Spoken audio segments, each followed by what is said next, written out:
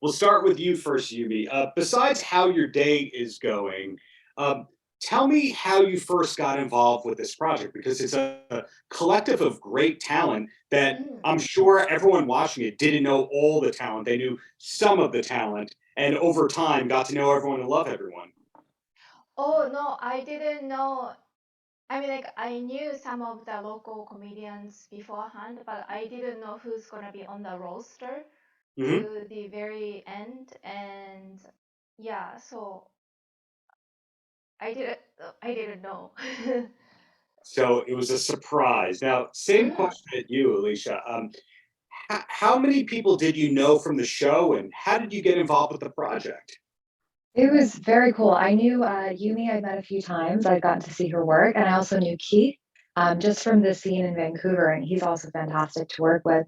A friend of mine showed me the website submission, and on a whim, I was like, okay, let's just throw it out there. You're supposed to just see what sticks. So it was really, really exciting when I heard back. And I think I actually was a substitute for someone who dropped out. So I was a bit later in the game and I got very, very lucky. So I'm pumped that it all worked out. Right. Was there a highlight for you, Alicia, in terms of this project, a thing that you're most proud of looking back on it?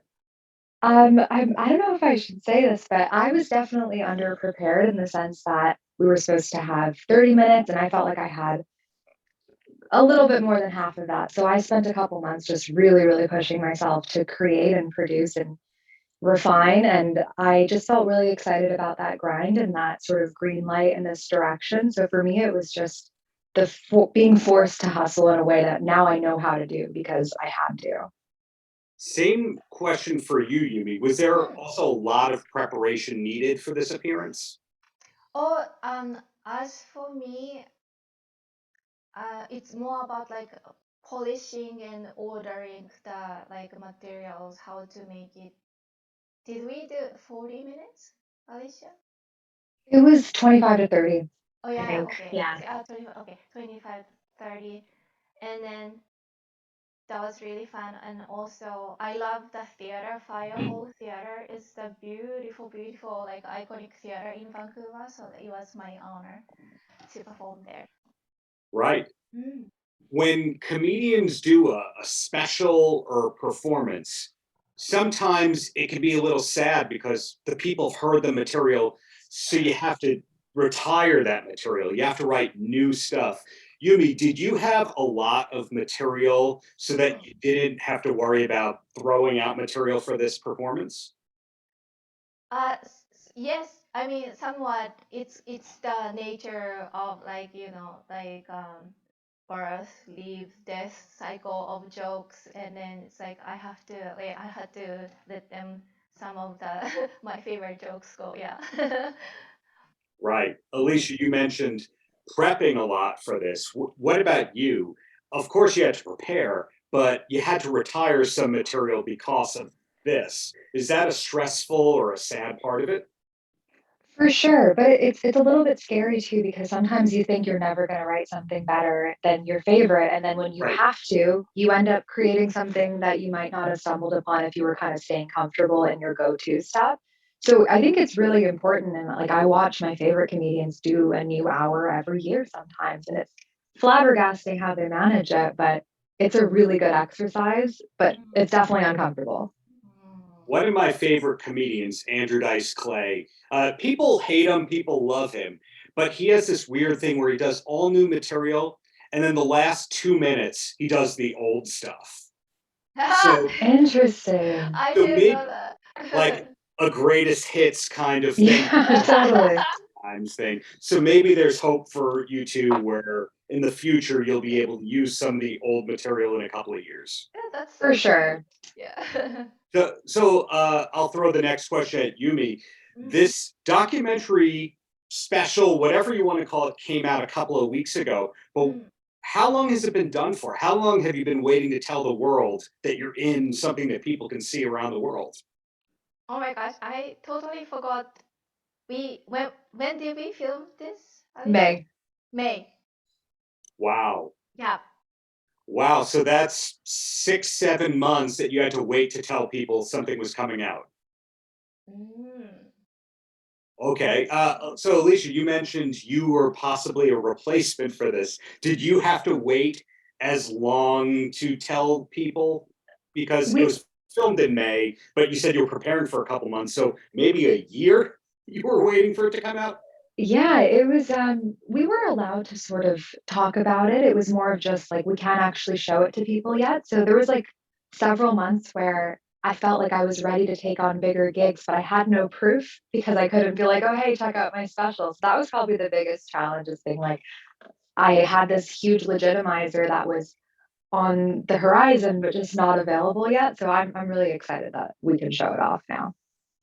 Yes, that makes sense. So Yumi, now that this is out, what Mhm. are you working on? What are you promoting? Is it just stand-up dates per usual?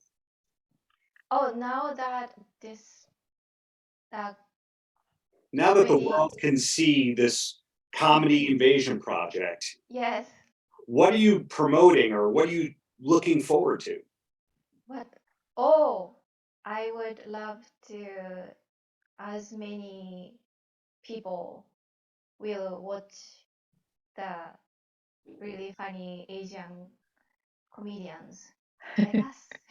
Sure, but you're doing stand up, you're touring, we could see you on tour. Oh, okay. Like as personal thing, like yeah, Yes. I will. Like December, January is like the busiest season for stand-up comedians, like Christmas shows Oh, and New Year's Eve, and so I have like a Christmas shows this weekend. I'm doing like New Year's Eve shows and January, like, and then I will be doing Queens of Asia tour starting Wow. the end of March and going to Singapore, Malaysia, and then Jakarta and Australia next year. Looking forward to it.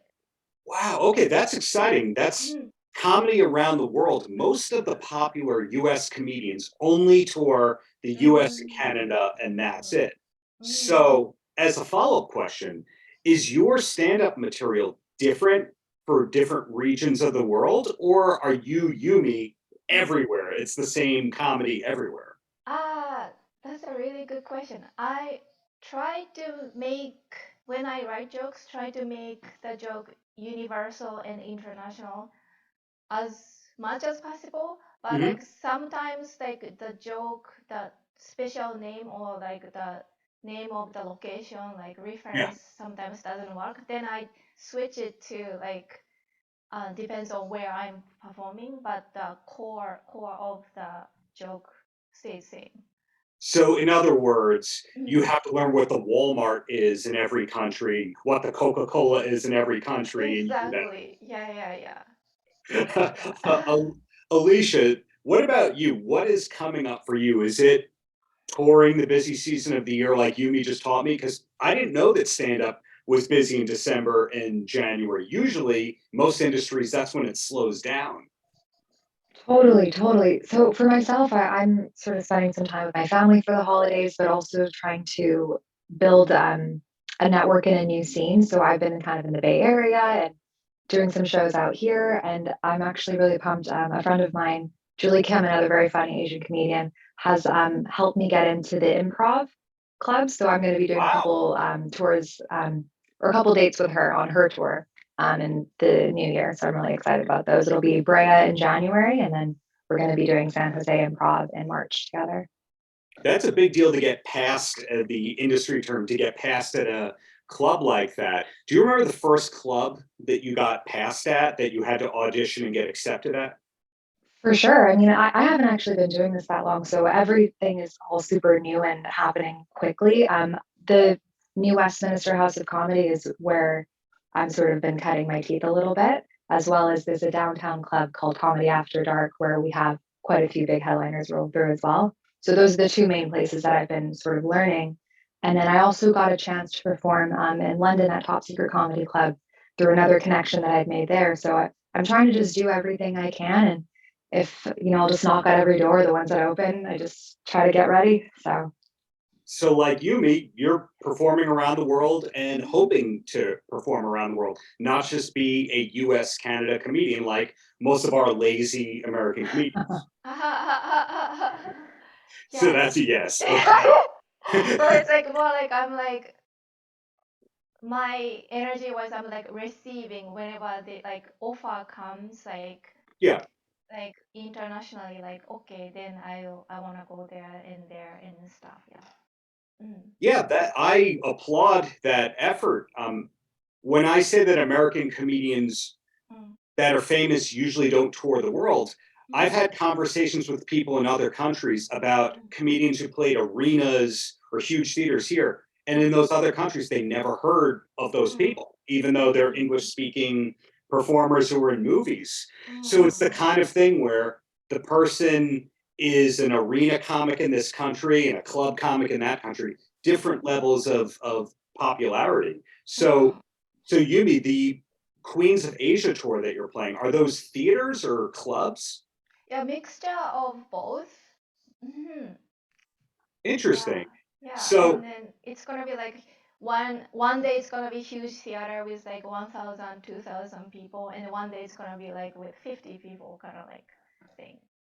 so that's interesting to me because the kind of material that does well in a club doesn't always do well in a theater or a festival. So if you're getting laughs everywhere, then you know that your material is universal. Exactly. So like basically I do stand-up comedy for my like self-growth.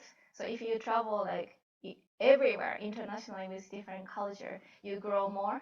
And if you do with like 1,000, 2,000 people, you grow more. And if you have like perform for like intimate like audience like 15 people, that's like a different kind of growth everywhere. Yeah, Yeah. I don't want to play for 15 people. That's Yeah.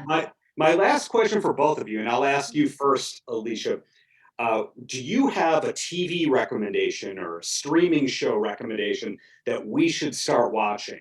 That my wife and I should just start because it's funny or interesting or anything like that. And it's okay if it's only on in some of the world. Totally. We're always searching for shows that like everyone will like because it's a connector, right? TV. So I got my whole family to watch the Wednesday series. It was super cute. Tim Burton. Inside Man with David Tennant and Stanley Tucci was insane. It was very unsettling and very captivating. And then my mom and I are also watching the revamp of the Sex and the City. So those are the three that I would say go nuts. They're super fun. Not just comedy, not just drama, a little bit of everything for you. And Yumi, do you have a TV Absolutely. show recommendation or two? I have like my favorite Japanese show on Netflix called Old Enough. It's a Japanese TV. Do you know it? Yeah, with the little kids who have to Yes. do the errands. Alicia, have you seen this show? No, I haven't. I'll have to check I it out. cry every episode. Like Oh my I really God. recommend everyone to watch it. It's really cute. Old enough. I'm gonna write that down. Yes. One thing I couldn't figure out, Yumi, because you can hear the Japanese narration and the dialogue going on. Is it very staged or is it very real? Oh, that's very good question. I wouldn't say it's like 100% real, but it is staged, but with like really have the authentic energy to it, but like it is staged. Got it. Yeah, Alicia, I think you'll get a kick out of this show. It'll make you feel good about humanity. Oh, I love that. Exactly. Yes. But speaking of feeling good about humanity, congratulations to both of you on this stand-up special coming out. It's innovative, it gets people talking, and looking forward to seeing you both live in New York in the near future. Keep up the great work. Thank you Thank you so much, Darren. Darren. Thanks for having us. Alicia. Paltrocast.